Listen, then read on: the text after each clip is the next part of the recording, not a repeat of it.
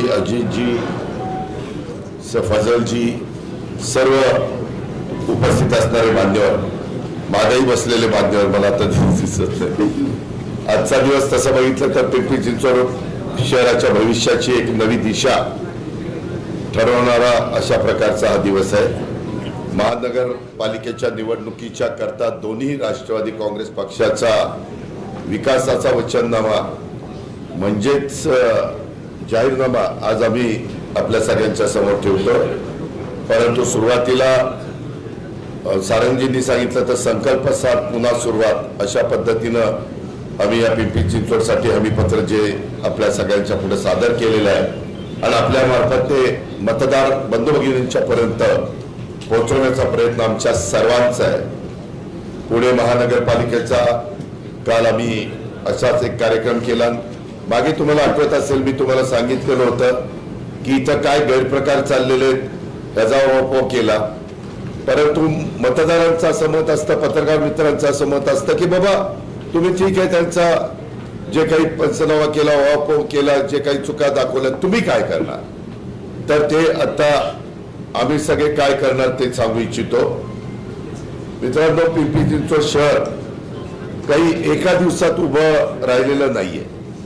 तुम्हाला अनेक पत्रकार मित्रांना माहिती की पहिल्यांदा ग्रामपंचायती काही एकत्र येऊन झालेली नगरपालिका, स्वर्गीय अण्णासाहेब मगरांच्या काळातली, डॉक्टर घारे साहेबांच्या काळातली, आणि नंतर तिचं रूपांतर झालेलं महानगरपालिकेत.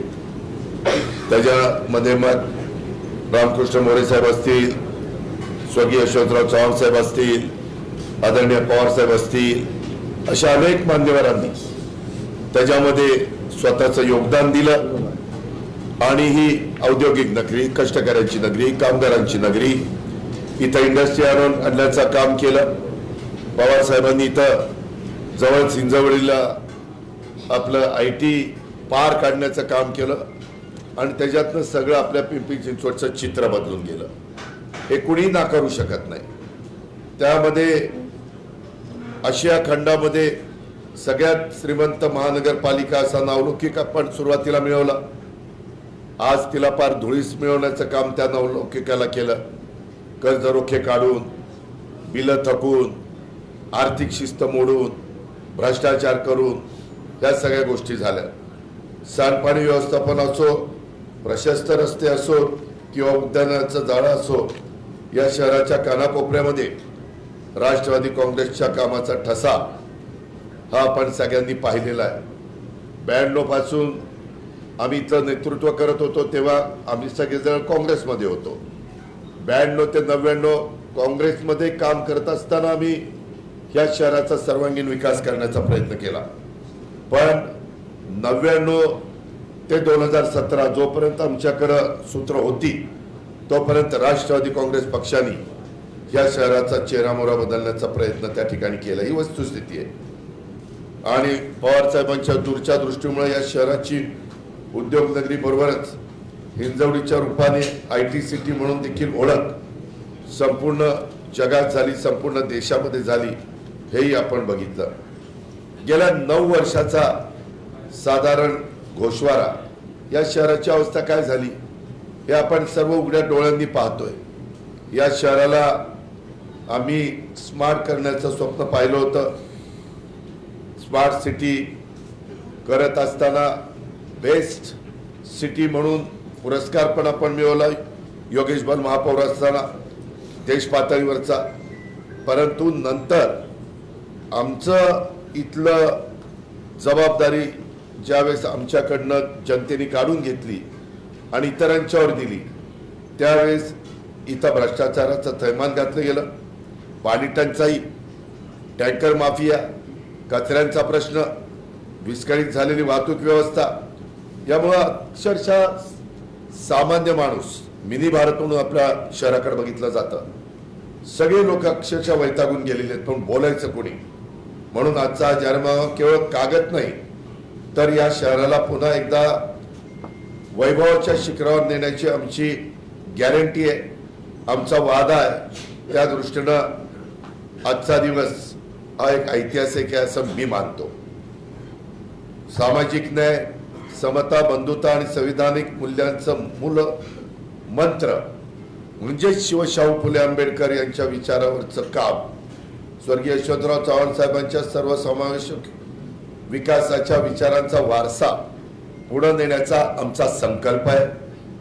सर्व धर्म समभाव व सामाजिक एकोपा हा राखला गेला पाहिजे.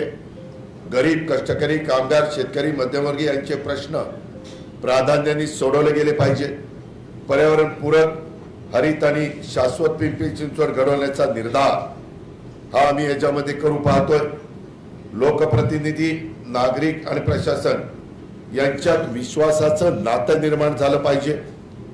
भ्रष्टाचार मुक्त, पारदर्शक आणि उत्तरदायी महानगरपालिका ह्याचं प्रशासन लोकांना मिळालं पाहिजे.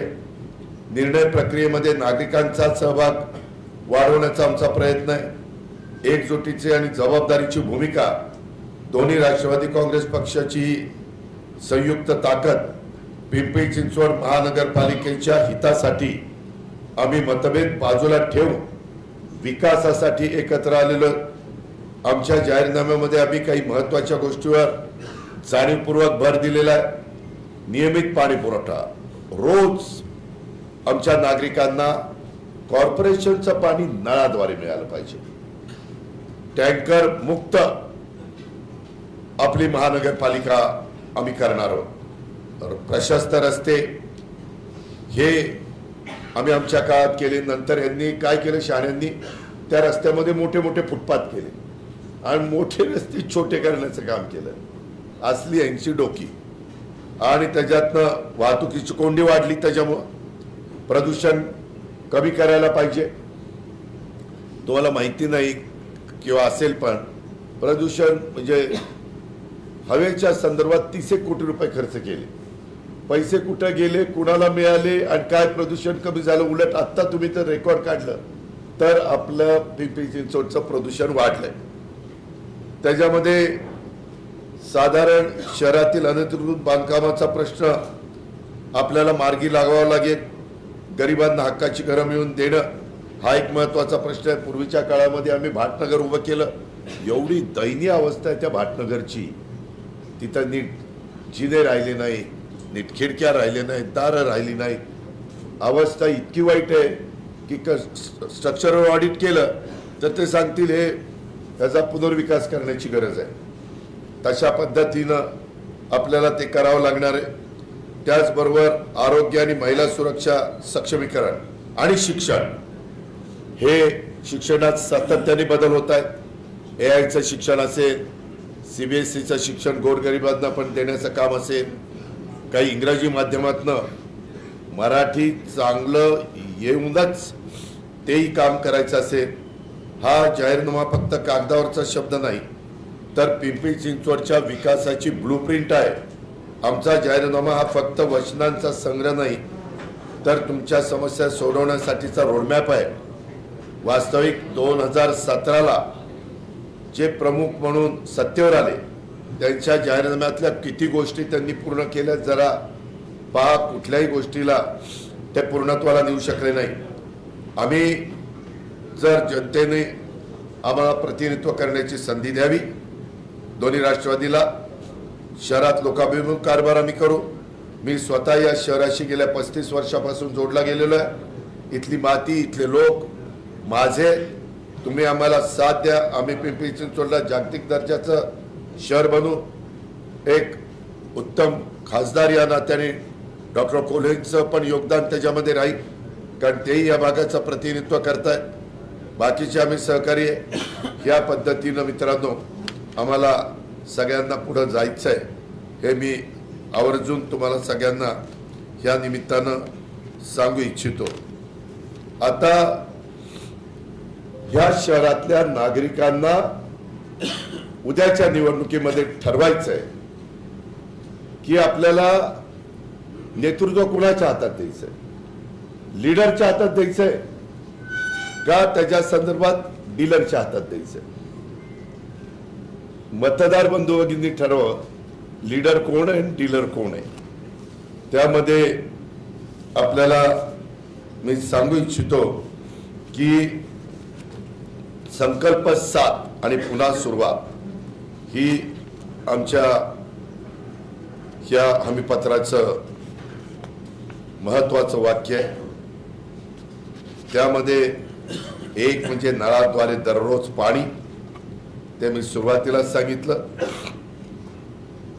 आपल्या शहराच्या 32 प्रभागामध्ये नागरिकांना पाणी पुरवठ्याच्या निश्चित वेळ काही महिने आम्ही आधी जाहीर करू. कारण पाणी पुरवठा करताना मला एक गोष्ट माहिती आहे, सगळ्यांनाच पहाटे पाणी मिळेल अशातला भाग नाही.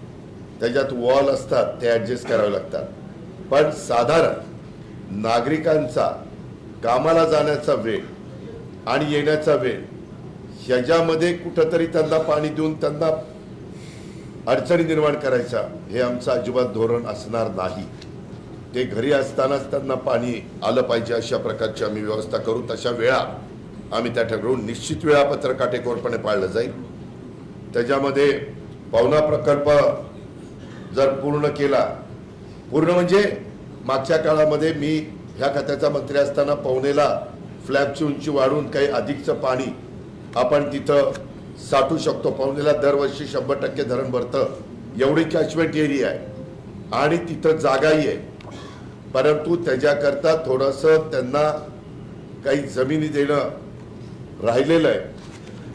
शेतकऱ्यांचं वेगळं मत नाही, सरकारकडे जागा तेवढी आहे, त्याच्यातनं त्याला मान्यता मिळाली, शेतकऱ्यांनी मदत केली, प्रश्न निघाला, सुटला, तर 100 MLD अधिकचं पाणी आपल्याला उपलब्ध होईल.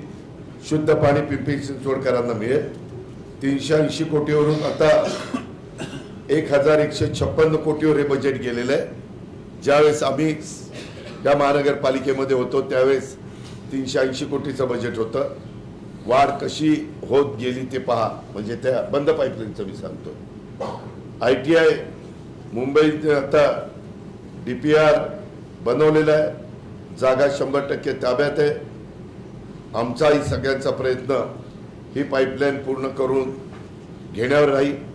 आता सुदैवाने तिथं दुसऱ्यांदा आमच्याच पक्षाचे लोकप्रतिनिधी सुनील शेळकेजी आलेले आहेत, त्यांनाही आम्ही विश्वासात घेऊ. इतर पण काहींचा विरोध असेल त्यांनाही विश्वासात घेऊ आणि मार्ग काढण्याचं काम करू. टँकर माफियांचं 100% उच्चाटन करण्याचा आमचा त्या ठिकाणी इरादा आहे. झिरो गळती पाणी पुरवठा नेटवर्कच्या बाबतीमध्ये आम्ही ते करू पाहतोय. त्याचबरोबर नदी पुनरुज्जीवन, पूर नियंत्रण, हेही आम्हाला सगळ्यांना ते करावं लागणार आहे. बऱ्याचशा ठिकाणी नदीत राडारोडा टाकला जातो, तो न जाता जेवढा प्रवाह वरनं धरणं भरल्यानंतर मॅक्सिमम पाणी किती 1000 क्युसेस येतं, ते पाणी नदीच्या पात्रातच राहिलं पाहिजे, असं करता येऊ शकतं. देशात काही ठिकाणी झालंय. मी माझ्या बारामतीमध्ये करा नदी माझ्या जवळनं गेली, बारामतीतनं त्या करा नदीमध्ये केलंय. तर आता तिथं ज्या सखल भागात पाणी जायचं, तिथं पाणी जायचं बंद झालेलं आहे. त्याचबरोबर दुसरा मुद्दा ट्रॅफिक मुक्त, खड्डेमुक्त PCMC. याच्यामध्ये आपण जर पाहिलं तर 2 वर्षाच्या कालावधी कनेक्टिव्हिटी प्रकल्प आम्ही पूर्ण करायचं हमी देतोय. Nigdi Ravet Wakad tech corridor, IT कर्मचाऱ्यांना होणारा वाहतूक कोंडीचा त्रास कमी करण्यासाठी, महामार्गातील अडथळे टाळण्यासाठी मेट्रो सहित एलिव्हेटेड रोड हा आम्ही करणार. मोशी चिखली तळवडे ग्रोथ कॉरिडॉर, वेगाने वाढणाऱ्या निवासी पट्ट्यासाठी तळवडे चौक, चिखली चौक ते कुदळवाडी चौक, देव आळंदी रस्ता येथे फ्लायओव्हर बांधणार व मोही पुलाची रुंदी त्या ठिकाणी वाढवणार. पिंपरी चिंचवड भोसरी औद्योगिक लूप, नाशिक फाटा ते नारायणगाव या नॅशनल हायवे, त्याचा NHAI याच्या निर्माण निधीच्या एलिव्हेटेड रोड जोडणारे रस्ते, हे आम्ही त्याच्यामध्ये पुढाकार घेणार. त्याचबरोबर नदीच्या कडेने तळवडे ते चिखली DP रस्ता करणार. पिंपरी डेअरी फार्म नवीन पूल ते पुण्याकडे जाण्यासाठी VUP व्हेइक्युलर अंडरपास बनवणार. त्याचबरोबर वाकड पिंपरी सौदागर नाशिक फाटा भोसरी चाकण नवीन मेट्रो लाईन ही सुरू करणार. काळेवाडी फाटा ते देऊ आळंदी रस्त्यावरील तापकीर चौक ते MMS हायस्कूल चौक, BRTS कॉरिडॉर नंबर 3 फ्लायओव्हर तिथं करणार आणि डांगे चौकातील ग्रेड सेपरेटर बिर्ला हॉस्पिटल तेरगाव फाट्याकडे जाणाऱ्या रस्त्याला पुढे वाढवणार, ज्यामुळे इंजवडी भूमकर चौकाकडून येणाऱ्या ITचे जे लोक आहेत, आमच्या बंधू भगिनी आहेत, चिंचणगाव भोसरीकडे जाणे यांना सुलभ होणार आहे. हे रस्ते खड्डेमुक्त शहरातले रस्ते करत हा कार्यक्रम आम्ही करणार आहे.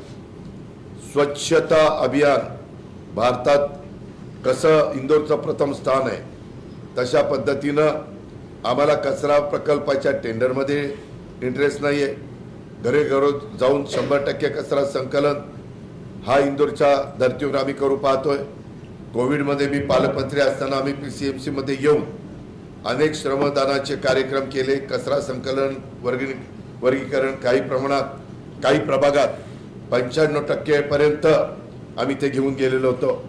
येणाऱ्या 2 वर्षात एक देशातलं महत्त्वाचं शहर स्वच्छ सर्वेक्षणामध्ये आपला वरचा क्रमांक कसा मिळेल याकरता आम्ही प्रयत्न करणार आणि 100% कचरा वर्गीकरण, कचरा कंपोस्टिंग, सांडपाणी शुद्धीकरण, पुनर्वापर, पावसाच्या पाण्याचं नियोजन, वॉटर स्टेट हार्वेस्टिंग, सौर ऊर्जा वापर यासारखे पर्यावरणपूरक उपक्रम सातत्याने राबवणाऱ्या गृहनिर्माण सोसायट्यांना मालमत्ता करात 20% सवलत देऊन प्रोत्साहन व ग्रीन सोसायटी म्हणून सन्मान चिन्ह दिले जाणार आहे. अशा पद्धतीनं आम्ही हे सगळं काम त्याच्यामध्ये 100% कचरा संकलन करत असताना वर्गीकरण, ओल्या कचऱ्याचे कंपोस्ट व जैव ऊर्जेमध्ये वैज्ञानिक प्रक्रियेद्वारे शून्य लँडफिल क्षेत्राची खात्री, जुने कचरा डेपो बायोमायनिंगद्वारे स्वच्छ केले जातील, तर रस्ते, बाजारपेठा, झोपडपट्ट्या आणि जास्त वर्दळीच्या सार्वजनिक ठिकाणी दररोज यांत्रिक स्वच्छता केली जाईल. जनजागृती करून PCMCला प्लास्टिक मुक्त शहर आम्ही बनवणार.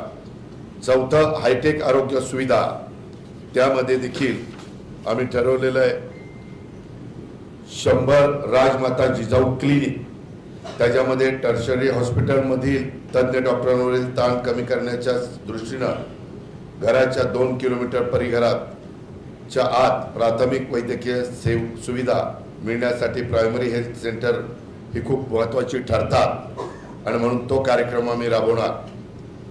यशवंतराव चव्हाण YCM म्हणून जे आपलं हॉस्पिटल आहे ते पालिकेचं, तिथं रुग्णालयाच्या माध्यमातून परवडणाऱ्या आणि दर्जेदार आरोग्य सेवा यापूर्वीच आमच्या कार्यकाळात बळकट झालेल्या आहेत.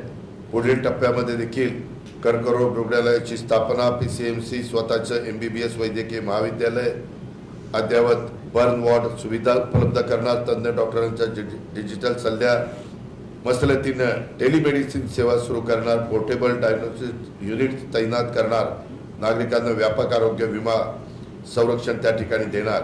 मग MRI, CT स्कॅन व तत्सम चाचण्या अल्प दरात उपलब्ध करून देणाऱ्या लॅब PPP मॉडेलवर अंतर्गत उभारणार. अशी सगळी कामं आम्ही हायटेक या आरोग्याच्या सर्व्हिसच्या बाबतीमध्ये आरोग्य सुविधा देत असताना करणार. 5वा DP प्लॅन रद्द करण्याच्या करता. DP प्लॅनमध्ये एवढ्या गोंधळ करून ठेवला आहे. गुंठेवारी नियमित करताना सामान्य नागरिकांना 2-2, 3-3 वर्ष हेलपाटे मारावे लागत आहेत. पालिकेची प्रक्रिया पूर्णपणे ऑनलाईन करावी लागणार आहे. आर्किटेक्टचं पॅनल तयार करून गुंठेवारीसाठी कमाल फी पालिकेने निश्चित केली पाहिजे, त्याच्यावर कोणताही खर्च करावा लागणार नाही अशी आम्ही व्यवस्था करणार. माझ्या पिंपरी चिंचवडकरांचं पुनर्वसन सन्मानाने करणारं मी त्यामध्ये लक्ष घालणार आणि पारदर्शक पद्धतीनं DP प्लॅनमध्ये पत्रकार मित्रांनो तुम्हाला माहितीच असेल पण आठवण करतो 50,000 हरकती येऊन देखील DP प्लॅन चुकीच्या पद्धतीनं रेटून त्या ठिकाणी रेटनं चालू आहे. हे अन्यायकारक आहे. कुणी तिथे लक्ष द्यायला तयार नाही. हम करे सो कायदा तिथं चाललेला आहे आणि म्हणून ह्यामध्ये आम्ही अशा पद्धतीने लक्ष घालणार. मंजुरीपूर्व स्वतंत्र ऑडिट करणार, झोपडपट्ट्यांचे विस्थापन नव्हे तर पुनर्वसन करणार आणि ह्याच्यातनं हे सगळ्या घरांचा प्रश्न मार्गी लावणार. शून्य विस्थापनाची हमी, मालमत्तेचे कायदेशीर संरक्षण देणार, धार्मिक स्थळांचं रक्षण आणि संगोपन करणार, त्यामध्ये कुठेही भेदभाव करणार नाही. जे कुठले आपले धार्मिक स्थळ आहे ते कुठल्याही जातीची, पंथाची, धर्माची, प्रांताची असू द्या, तिथं आपल्याला रक्षण पण करायचं आहे आणि संगोपन पण करायचं आहे. कारण श्रद्धास्थानावर आघात होणार नाही याची काळजी ज्या त्या शहरामध्ये लॉ अँड ऑर्डर चांगली राहण्याच्या करता करावीच लागते. भावना भडकवायला फार अक्कल लागत नाही. लोकांना समाजामध्ये तेढ निर्माण करणं, दरी निर्माण करणं, याला फार काही त्यामध्ये अक्कल लागते अशातला भाग नाही. आणि म्हणून ह्यामध्ये पण आम्ही लक्ष घालणार. 6वा PCMC मॉडेल स्कूल साधारण आपल्या 32 प्रभाग बरोबर ना, तर त्याच्यामध्ये 100 मॉडेल शाळांना मंजुरी दिली जाईल. निवडक महानगरपालिकेच्या शाळांचे श्रेणीवर्धन करेल आणि लोकसंख्येच्या क्लस्टरनुसार टप्प्याटप्प्याने CBSE आणि ICSE मानांकनानुसार नवीन शाळा सुरू केल्या जातील. हे करताना मराठी तिथं कंपल्सरी असणारच, नाहीतर लगेच बघा मराठीवर अन्याय करायला निघाला असं नाही. मराठी तर मातृभाषा आलीच पाहिजे, पण इंग्रजी पण जगाच्या कुठेही आपला मुलगा मुलगी पुढची पिढी जाणार असेल तर त्याला ते आलं पाहिजे.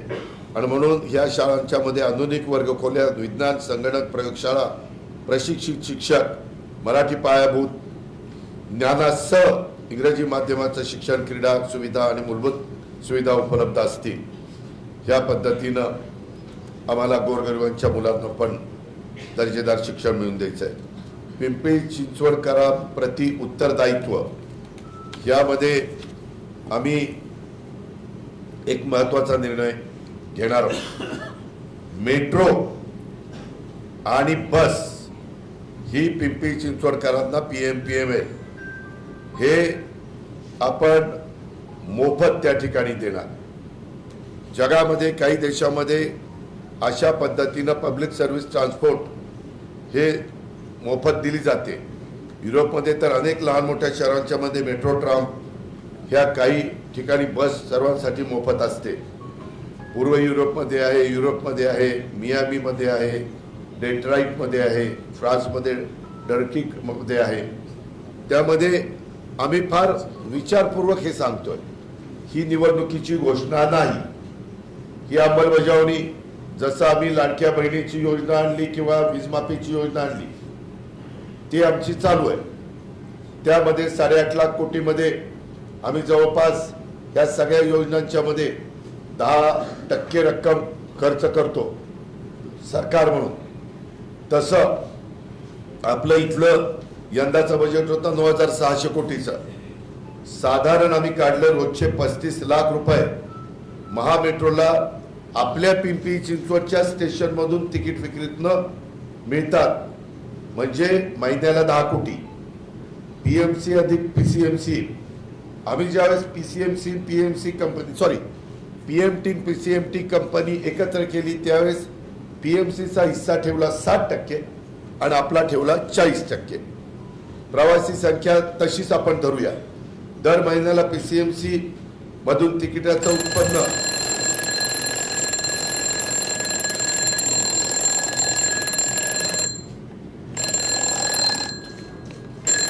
का सकाळी उठवायचा काम अलार्म करताय, आता जनतेला उठवायचं काम आम्ही करतो. हे करायचं आहे म्हणून हा अलार्म आहे, हे मला सांगायचं आहे. तर त्यामध्ये दर महिन्याला PCMC मधून तिकिटाचं उत्पन्न साधारण 4 कोटी रुपये त्या ठिकाणी मिळतं. मी मगाशी सांगितलं 10 कोटी ते PMC आणि PCMC 60-40 त्या 4 कोटी मिळतं. त्यातून AFC गेटचा खर्च, कॅशियरचा खर्च, तिकीट विक्रीचा खर्च, स्टाफचा खर्च, तिकीट चेकिंगचा खर्च, त्या स्टाफचा खर्च, सिक्युरिटी बाउन्सरचा पगार, तिकीट किंवा स्मार्ट कार्डचा खर्च हे वजा केलं तर मला वाटतं PCMCला दर महिन्याला 3-3.5 कोटी रुपये खर्च पडेल.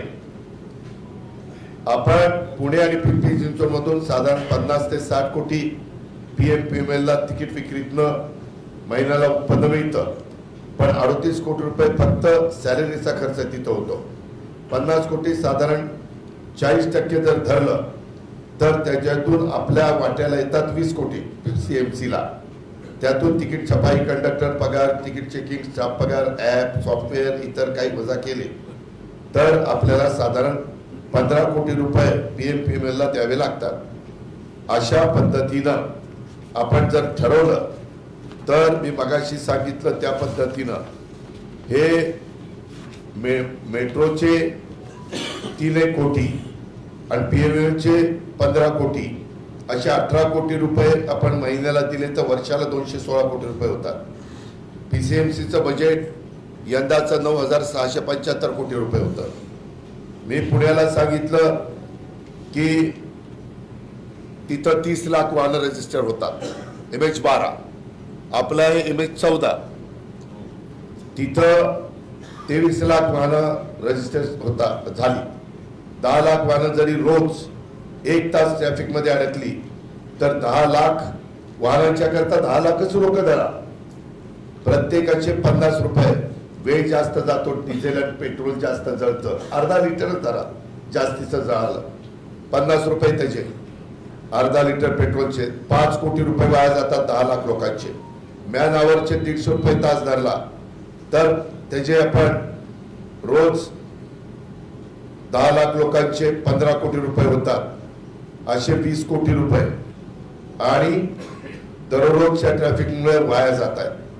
म्हणजे 600 कोटी महिन्याचे आणि वर्षाचे बघितले तर माझ्या पिंपरी चिंचवडकरांच्या खिशातून 7,200 कोटी रुपयाचं नुकसान त्यांचं होत आहे.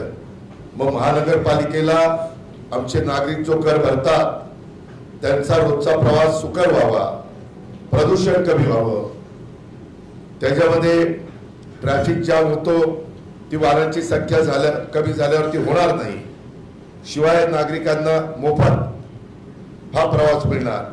ते 7,200 कोटी रुपये वाचवायचे म्हटले तर एवढे पैसे द्यायला 216 कोटी रुपये काहीच अडचण नाही.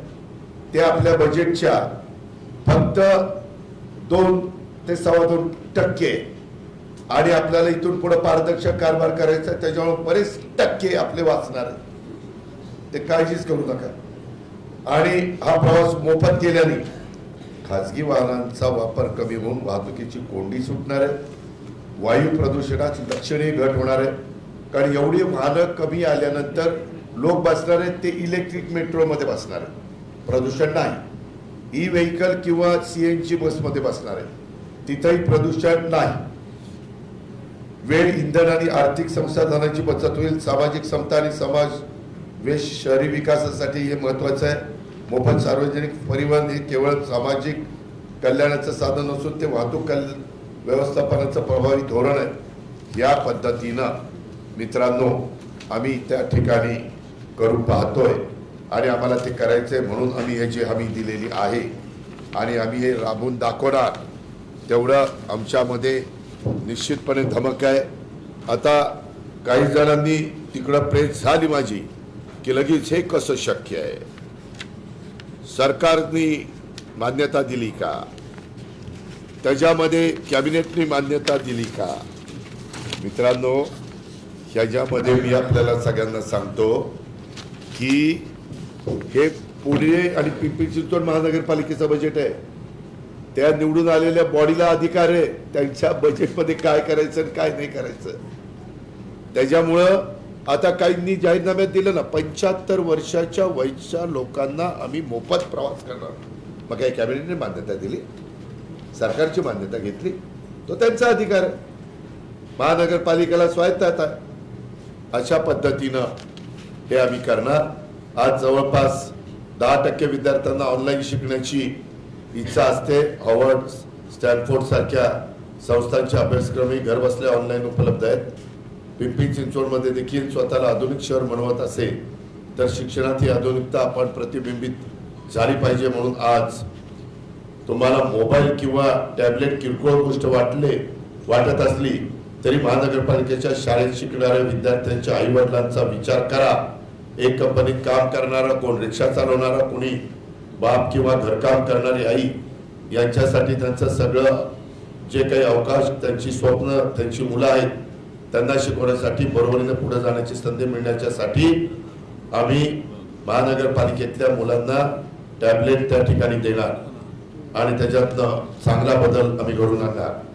मध्ये आमच्यावर काहींनी मोफत प्रवास करायला परवानगी दिली, म्हणजे तुम्ही योजना राबवली, तर रिक्षा चालकांचं काय? रिक्षा चालकांना कुठलाही त्रास होणार नाही. उलट आता त्यांना गर्दीमध्ये रिक्षा चालवावी लागती, त्यावेळेस रस्ते जरा मोकळे होतील. आणि तुम्ही मेट्रोला उतरल्यानंतर तुम्हाला तिथून तुमच्या घरी जायचं म्हटलं तर तुम्ही रिक्षा करणार. माझं घर लांब असेल आणि मेट्रो स्टेशन जरा 2 किलोमीटर असेल तर तिथून मी रिक्षाने जाणार. त्याच्यावर रिक्षाचा व्यवसाय कमी होत नाही. मुद्दाम आमचे विरोधक रिक्षावर गंडांतर येणार, कॅबवर गंडांतर येणार असं काहीतरी सांगतील. असं काही होणार नाही. उलट त्यांना व्यवसाय मिळेल आणि त्यांचा बचत होईल. पेट्रोल, डिझेल काय असेल किंवा CNG ची. लाडकी बहीण याच्यामध्ये पण आम्ही महाराष्ट्रातल्या लाडक्या बहिणींना राज्यस्तरावर सत्तेत आणण्याच्या महत्वाची भूमिका त्या ठिकाणी बजावली. त्याच्यामध्ये मोफत कौशल्य विकास, आता प्रशिक्षण पूर्ण करणाऱ्या महिलांना सन्मानाने उपजीविका सुरू करण्याच्यासाठी किंवा आहे तो व्यवसाय वाढवण्याच्यासाठी 5 लाखापर्यंत व्याजमुक्त कर्ज हे आम्ही देणार. हा कार्यक्रम आम्ही 5 वर्षाच्या करता राबवणार आणि त्यामध्ये व्याज हे बँकांना पण RBI ने सांगितलेलं आहे की अशा वर्गाला सवलतीच्या दरात व्याज द्या. त्याच्यामध्ये ते देतील तेवढं आणि त्याच्यामध्ये काही कमी पडलं तर आम्ही त्याच्यामध्ये घालू. ती रक्कम फार तशी कमी असते. हा जाहीरनामा हा आमचा पुढच्या 5 वर्षाचा आहे. लोकांनी जेव्हा जेव्हा आमच्यावर जबाबदारी दिली आम्ही रात्रंदिवस कामं केलेली आहेत. आम्ही सकाळी 6 वाजल्यापासून कामाला झोकून देतो. बदल घडून आणलेत. पुण्याची दिशा बदलणारा जाहीरनामा आम्ही जसा काल दिला तसा पिंपरी चिंचवडचा दिशा बदलणारा जाहीरनामा आहे. मी तुम्हाला पालकमंत्री तुम्ही मला केलं, उपमुख्यमंत्री केलं. तुमच्या विश्वासाला मी कधी तडा जाऊ देणार नाही आणि दिला पण नाही. 5 वर्षानंतर मी जेव्हा तुमच्याकडं महानगरपालिकेच्या निवडणुकीच्या निमित्तानं मत मागायला येईल तेव्हा मला दादा हे वचन पूर्ण झालं नाही असं ऐकावं लागणार नाही, ऐकायला येणार नाही. हा जाहीरनामा हे आम्ही हमीपत्र हे कौतुकासाठी सांगितलेलं नाही. हा मोजमापाच्यासाठी लिहिलेला आहे. जर रोज स्वच्छ पाणी आलं नाही तर आम्हाला जाब विचारला जाईल. पावसानंतर रस्ते खराब झाले, पाणी तुंबलं तर जाब विचारला जाईल.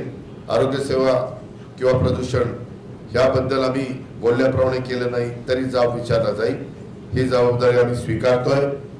मला ऐकायचं आहे दादा ही कामं पूर्ण झाली, आता याच्या पुढं काय? हा मी स्वतःसाठी ठरवलेला निकष आहे असं माझं आपल्याला सगळ्यांना स्पष्ट सांगणं आहे. आणि ते कुठल्याही परिस्थितीमध्ये आम्ही पिंपरी चिंचवडच्या परिसरामध्ये करून दाखवणार. 2017 तर सुरुवातीला 1992 त्या 25 वर्षात दाखवलेला आहे.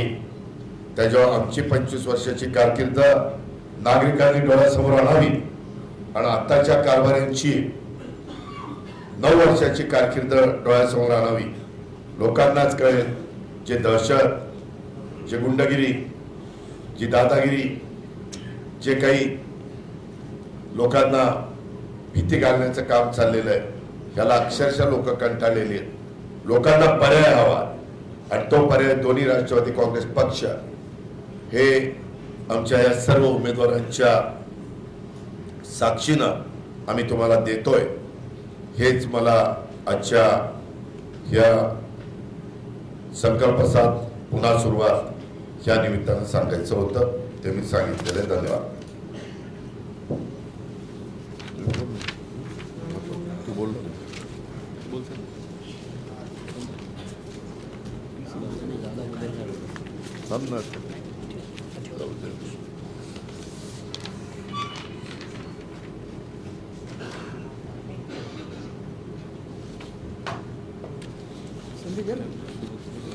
कुणाचे काही प्रश्न आहेत का?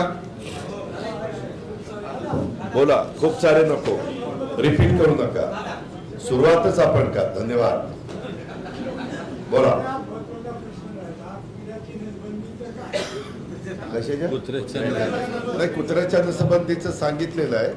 कारण जे काही तुम्हाला मी पत्रकार मित्रांनो एक सांगतो, अनेक पुरावे आम्ही त्याच्या संदर्भामध्ये दिलेले आहेत की कसा तिथं कोटी खर्च केला.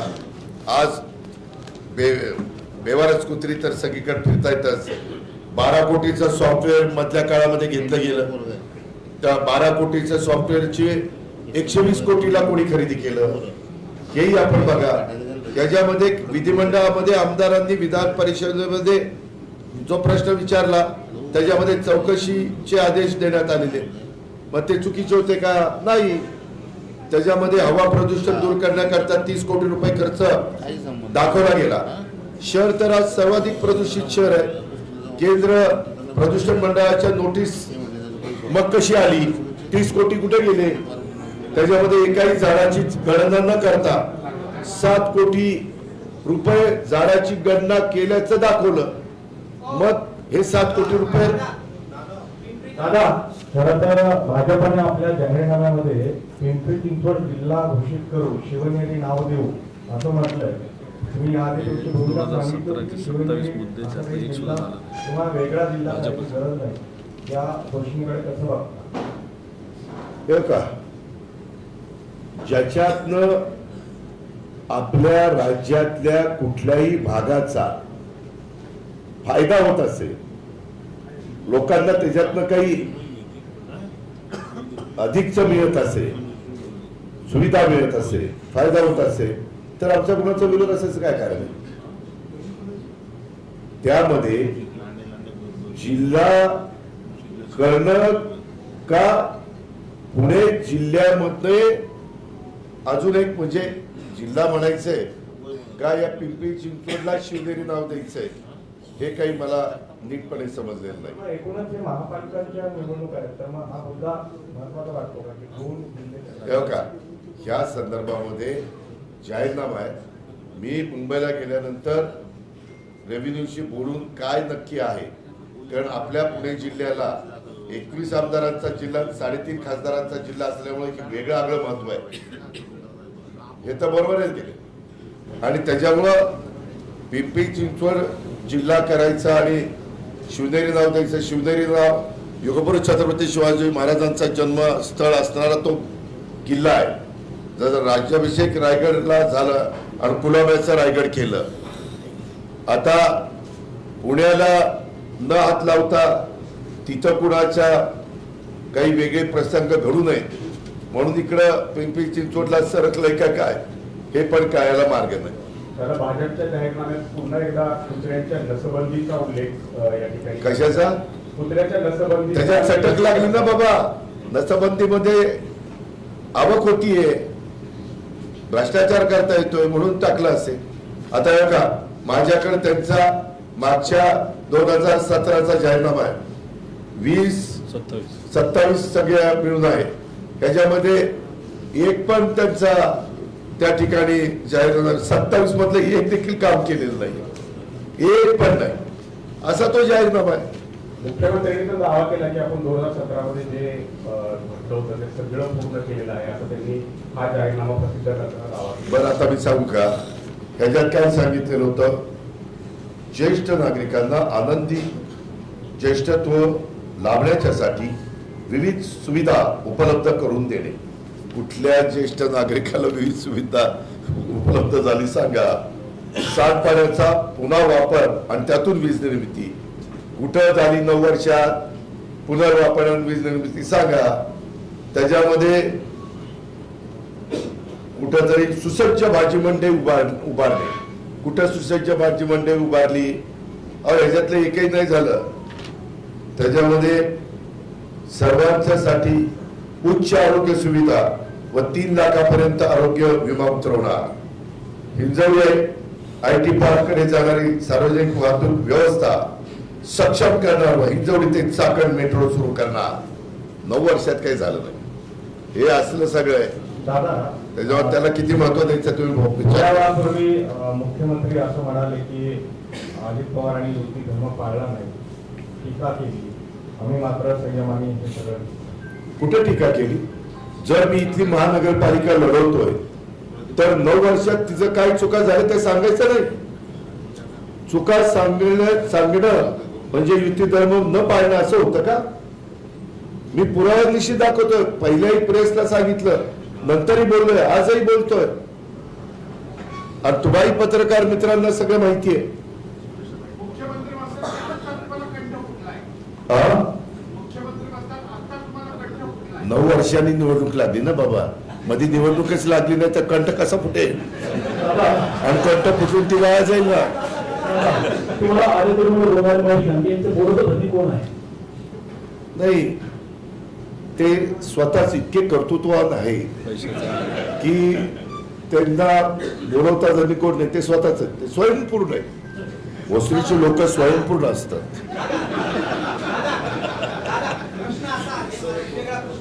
हा, स्वयंपूर्ण पण आणि स्वयंभू पण. पिंपरी-चिंचवडचा विकास जो आहे हा आपण केलेला आहे, कोणी नाकारणार नाही. परंतु आता वस्तुस्थिती अशी आहे की आपले काही प्रतिनिधी जे उभे आहेत त्यांच्या जनसंपर्क कार्यालयाच्या समोर अनेक रात्री संध्याकाळी जात असताना रांगा लागल्या. दारू, मटण आमच्या? हो हो, बरेच प्रभागातून गेले. येऊन ते नागरिक म्हणून, पत्रकार म्हणून विचारतात, नागरिक म्हणून मी तुम्हाला विचारतोय की अनेक ठिकाणी असे रांगा लागले. आपण बंदोबस्त सांगणार का? नाही, निवडणूक आचारसंहितेच्या काळामध्ये कुणालाही तसं सांगता येत नाही. त्यांना डायरेक्शन असतात निवडणूक आयोगाच्या. पोलिसांनी काय करायचं, काय नाही करायचं, हे सगळे कोड ऑफ कंडक्ट मध्ये आहे ना बाबा. आम्ही कसं तिथं हस्तक्षेप? उलट आम्ही काय करायला गेलो तर यांनी आचारसंहितेचा भंग केला म्हणून आमच्यावर कारवाई होईल.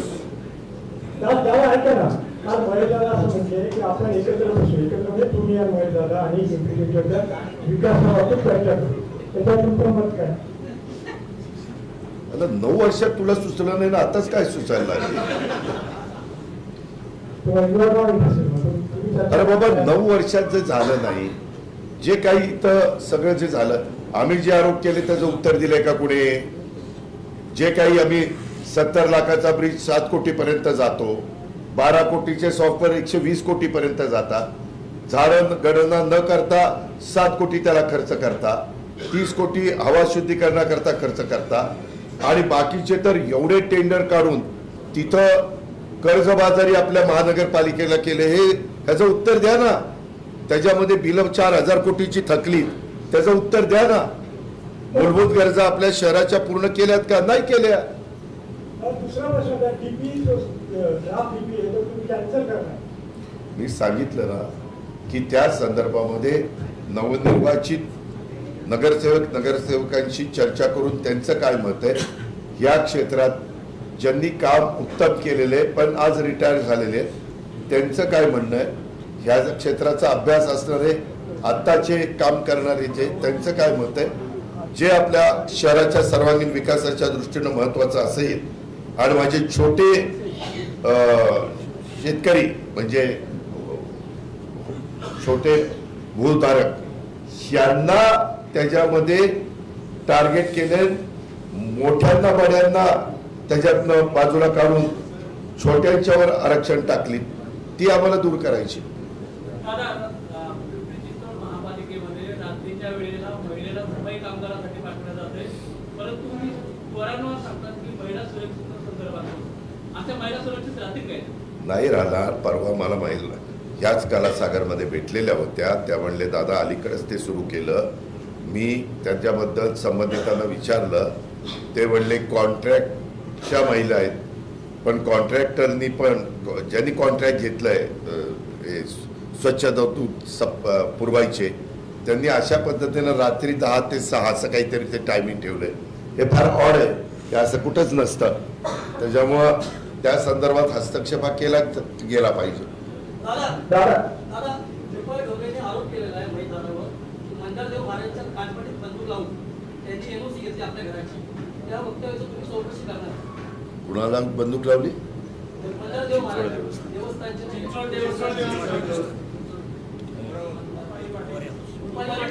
नाही, एक मिनिट.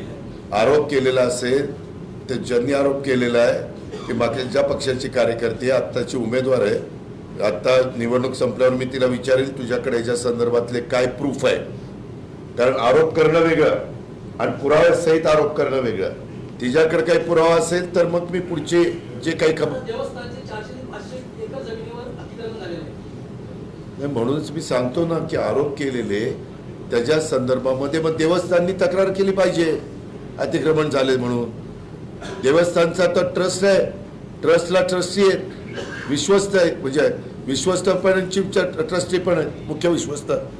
त्यांनी त्याच्या संदर्भामध्ये जर तक्रार केली तर आपल्याला पुढे कारवाई करता येईल, चौकशी करता येईल. रेड झोनचा प्रश्न हा पूर्ण संरक्षण विभागाच्या अखत्यारीमध्ये येतो. तो मार्गी लावायचं काम अनेकांनी 90-91 पासून चालवलेलं आहे. अजून कुणाच्यानी पण तो मार्गी लागला नाही. अनेक संरक्षण मंत्री होऊन गेले. तो इतका गंभीर विषय आहे आणि त्या संरक्षणाचा जो साठा आहे संरक्षण विभागाचा, डिफेन्सचा, त्याच्याशी संबंधित आहे. त्याच्यात वरच्या पातळीवर पण बाबा जर उद्या वेडेवाकडं काही घडलं तर ते कुठपर्यंत लांब जाणार आहे, म्हणजे काही किलोमीटर, काही मीटर, काही फूट, असं ते बघून ते करावं लागेल. पण ते जरी सुटत नसला तर तिथं लोक राहत आहेत, घरं बांधत आहेत, रस्ते होत आहेत, पाणी द्यावं लागतंय, ते लाईट द्यावी लागते, हे सगळं अनधिकृत आहे. पण कधी ना कधी या संदर्भातला विषय हा घ्यावाच लागेल. पण ज्यावेळेस संरक्षण विभागाचा विषय येतो त्यावेळेस देशाच्या सुरक्षिततेचा जो काही महत्वाचा भाग आहे त्याचा काही दारुगोळ्याचा साठा तिथं आहे. त्यामुळं तिथं शेवटी देशाच्या सुरक्षितेला अग्रक्रम दिला जातो. पण त्याच्यातून जर दुसरीकडं जिथं निर्मनुष्य जागा आहे तिथं तो शिफ्ट केला तर मार्ग निघू शकतो. प्रॉपर्टी कार्डचा विषय काल चिंचवडच्या आमदारांनी सांगितलं की खेरगावचा प्रॉपर्टी कार्ड आम्ही देऊ आणि त्याच्या आधी परवा सुनील अण्णा शेळकेंनी काही प्रॉपर्टी कार्ड प्रातिनिधिक स्वरूपात वाटले होते आणि काल चिंचवडचे आमदार म्हणले की प्रॉपर्टी कार्ड कुठे, नेमकं खेरगावच्या नागरिकांना काय सांगा? मी खेरगावला तिकडच्या भागात सभा घेतलेली होती संतोष कोकणे त्या सगळ्या कायवाडी वगैरे परिसरात. त्याच्यात हा विषय मी सांगितलेला आहे. त्यामध्ये मी स्वतः लक्ष घालून मार्ग काढील. याच्याबद्दलची चर्चा मंत्रिमंडळाच्या स्तरावर झालेली आहे. काही निर्णयापर्यंत आम्ही आलेलो. डीपी रद्द करणार असं म्हणाला चुकीचं झालेला. गेले 25 वर्ष पिंपरी चिंचवडकरांवर अंतर्गत रिंग रोडची डांबरी चालू आहे, त्याच्याबद्दल आपली काय म्हणणं? जे नागरिकांच्या फायद्याचा असेल, लॉंग टर्मचा 25-50 वर्षाचा विचार करून त्या गोष्टी कराव्या लागतील. पण त्या करत असताना ज्यांच्या भागातनं ते करायच्या त्यांचं कुठलंही नुकसान होणार नाही ही काळजी घेतली जाईल. त्याचं नुकसानच होत असेल तर त्याची पर्यायी व्यवस्था अतिशय चांगल्या पद्धतीने करून दिली जाईल. कचऱ्याचं म्हणालात, कचऱ्याचा मोशी कचरा डेपोची क्षमता ही संपलेली आहे केवळच, आणि शहराचं जे वाढतं विस्तारीकरण पाहता पुढच्या 50 वर्षाचा विचार करता पुण्यावेळेचं कचरा डेपोचं आरक्षण डेव्हलप होणं गरजेचं आहे. पण स्थानिक आमदारांवर काही बिल्डरांनी दबाव आणून मुख्यमंत्र्यांना सांगून ते रद्द करण्याचा घाट घातलाय, त्यावर आपली काय? मी मगाशी कचऱ्याच्या संदर्भात स्पष्ट सांगितलं. आता पूर्वीसारखा कचऱ्याची विल्हेवाट लावण्याची गरज नाही. आता असं डम्पिंग करावं लागत नाही. आला कचरा की तिथल्या तिथं सोसायटीच्या एरियात पण देखील तुम्ही कचऱ्याचा छोटा प्लांट टाकून त्याची विल्हेवाट लावू शकता. अनेक प्रकार त्याच्यात निघालेले आहेत. आम्ही काही ठिकाणी ते राबवलेले आहेत. त्या पद्धतीनं हे डम्पिंग बिम्पिंग आम्ही डोक्यातनं काढू आणि नागरिकांना त्रास न होता त्या कचऱ्याची विल्हेवाट लावू. दादा, कल पिंपरी चिंचवड में सीएम साहब आए थे. उन्होंने कल ये बताया कि लाडली बहन योजना जो है उसके बाद में जो बहना है उनको लखपति योजना का लाभ दिया जाएगा. अभी आपने भी ये बोला कि 5 लाख तक की जो मदद है लाडली बहना वो दी जाएगी. तो दोनों योजना एक ही है या अलग अलग? नहीं. लाडली बहना योजना अलग है, लखपति योजना ये अलग है. ऑलरेडी वो government of Maharashtra K area में चालू है, अपने महाराष्ट्र में चालू है. आपकी ये योजना ये अलग है. ये जैसे सारथी, महाज्योति, बार्टी, आरटी, मार्टी, अमृत, ये जो संस्थाएं हैं उनमें जो नए बच्चे ग्रेजुएशन होने के बाद छोटा कुछ व्यवसाय करना चाहते हैं तो उनके लिए विदाउट इंटरेस्ट का बंदोबस्त हम करेंगे। उतना अमाउंट देंगे, 5 साल में उन्होंने खाली जो लोन लिया है लोन का रिपेमेंट करने का, इंटरेस्ट का रिपेमेंट इस योजना में करेंगे, ऐसा है। और उन्होंने लोन रिपेमेंट नहीं किया तो इंटरेस्ट रिपेमेंट नहीं होगा, इसीलिए उसमें एक फाइनेंशियली आप ठीक तरह से उनको एक बराबर रिपेमेंट करने का ये भी सोच भी सकते हैं, क्योंकि उसमें उनको फायदा होने वाला है। आता लाडक्या बहिणी संदर्भामध्ये हर्षवर्धन सरकारांनी जे आहे ते 16 तारखेनंतर हप्ता द्यावा अशी मागणी निवडणूक आयोगाकडे केली आहे। जे आता 14 तारखेला पैसे मिळणार लाडक्या बहिणी ते 16 तारखेनंतर ठीक आहे, 2 दिवसांनी निवडणूक आयोगाने सांगितलं तर 16 करू, काय फरक पडतो? एसआरएचा एक काल मुद्दा मुख्यमंत्र्यांच्या सभेमध्ये, निवडणूक आयोगाने सांगितलं तर काल मुख्यमंत्र्यांच्या सभेमध्ये एसआरएचा मुद्दा एक उपस्थित करण्यात आला होता। महेश लांडेंनी त्यावेळेला म्हटलं की इथे एसआरएचे बाप अनेक जण झालेले आहेत आणि मग आम्ही चौकशी करू। एसआरएचा मुद्दा खूप गाजताना दिसतोय, तुमच्यापर्यंत हे प्रकरण पोहोचलेलं आहे का? आणि काय चौकशी करा, पाठिंबा आहे, एकदा करा, दूध का दूध पाणी का पाणी होऊ द्या।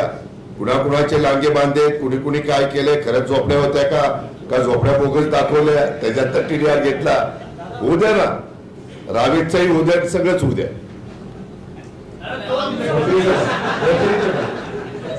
सगळं रावेत होऊ द्या, भोसरी होऊ द्या, पिंपरी होऊ द्या, चिंचवड होऊ द्या, काय आपलं कार्यक्षेत्रात जिथं जिथं एसआरएच्या स्कीम चालल्या ते सगळंच होऊ द्या। मी कधी चुकीचं समर्थन करणार नाही। दोन्हीकडे वाद चालू आहे, मेट्रोचं श्रेय कोणाचं आहे, भाजपचं का राष्ट्रवादीचं? कोणी पाठपुरावा केला मेट्रोला? मेट्रोला डॉक्टर मनमोहन सिंगांचं सरकार असताना त्याला मंजुरी दिली गेलेली होती।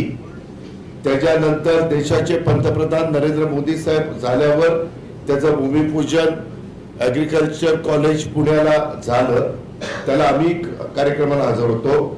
त्यावेळेस दोन्ही शहराचे महापौर राष्ट्रवादीचे तिथे स्टेजवर बसलेले होते, हे माहिती करता आपल्याला।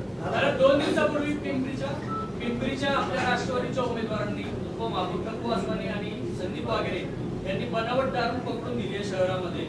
याकडे आपण कसं पाहता की आमिष कसं दाखवलं जातंय आणि लोकांच्या जीवाशी खेळलं जातंय?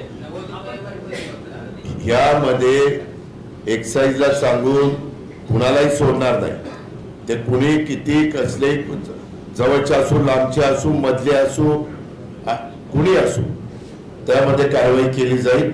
ह्याच्यातनं आमचा टॅक्स, आमचा म्हणजे आपल्या गव्हर्नमेंट ऑफ महाराष्ट्राचा टॅक्स एक्साईज पण बुडते आणि खूप मोठ्या प्रमाणावर अलीकडं त्या विभागाचे कमिशनर यांनी लक्ष घातलेलं आहे। मी त्यांना पूर्ण फ्री हँड दिलेला आहे आणि म्हणलं कुठलाही हस्तक्षेप कुणाचा होऊन द्यायचा नाही, कुणाचाही सापडलं तर ऍक्शन घ्यायची। दादा ही सत्ता पालिकेची गावाला त्यामध्ये द्या, कारण पाणी आलं तर बारामतीला सांगण्यात जाणार का असं महेश लांडे म्हणताय? गावाला आणि बारामतीचं काय? ही सत्ता पालिकेची गावाला हातामध्ये द्या, पाणी जर नाही आलं तर बारामतीला सांगण्यात जाणार का? अरे कशाला बारामतीला जायचंय? कुठेही जरी मी असलो तरी साधा अजितनं, योगेशनी, तुषारनी, विलासनी, अण्णांनी फोन उचलला तरी लगेच ही तुमची थोडी कमी पडते, तुमचे आरोप होत आहे तर कोणीच बोलत नाही। जाऊ दे, मी बोलायला आहे म्हणून ते सगळे माझ्या पाठीशी आहेत, काळजी करू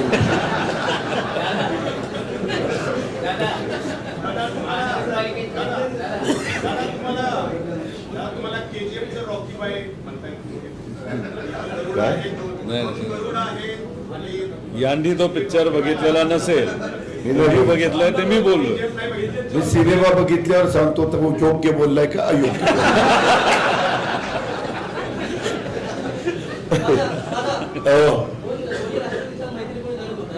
त्याच्यामुळे भाजपचा फायदा होणार नाही।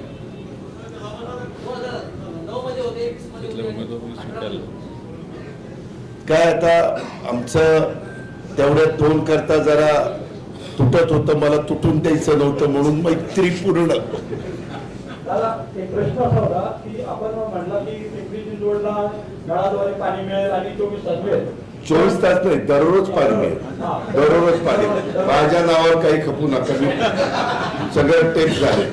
दररोज पाणी मिळेल, पण पिंपरी चिंचवडला जे पाणी मिळतं ते ज्या पवना धरणावरती आहे त्या धरणामध्ये जे धरणग्रस्त आहे त्यापैकी आता फक्त मी जे माझ्या अधिकाऱ्यांना माहिती घेतली त्यामध्ये फक्त 1965 पासून 2025 पर्यंत फक्त 7 लोकांना महानगरपालिकेने कामाला लावलेलं आहे. या व्यतिरिक्त फक्त 350 लोकांचं पुनर्वसन झालंय.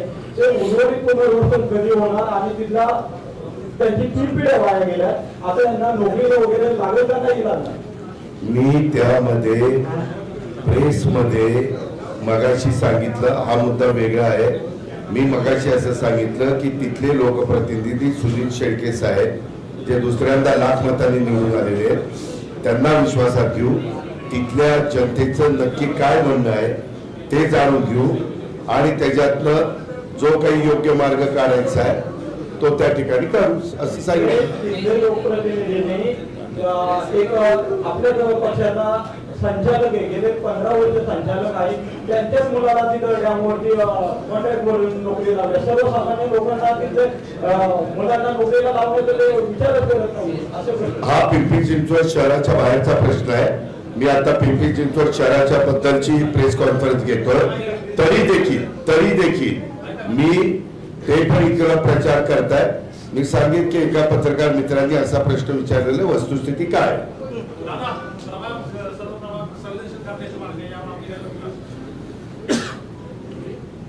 मतदान शांततेने संयमाने कुठलाही दडपशाही न होता झालं पाहिजे आणि ते करण्याच्या करता कुठेही आपण म्हणजे जे काही निवडणूक आयोगाला त्याबद्दलचे निर्णय घ्यायचे असतील ते त्यांनी घ्यावेत आणि आपली जी परंपरा आहे शांततेच्या मार्गाची ती इतर राबवावी.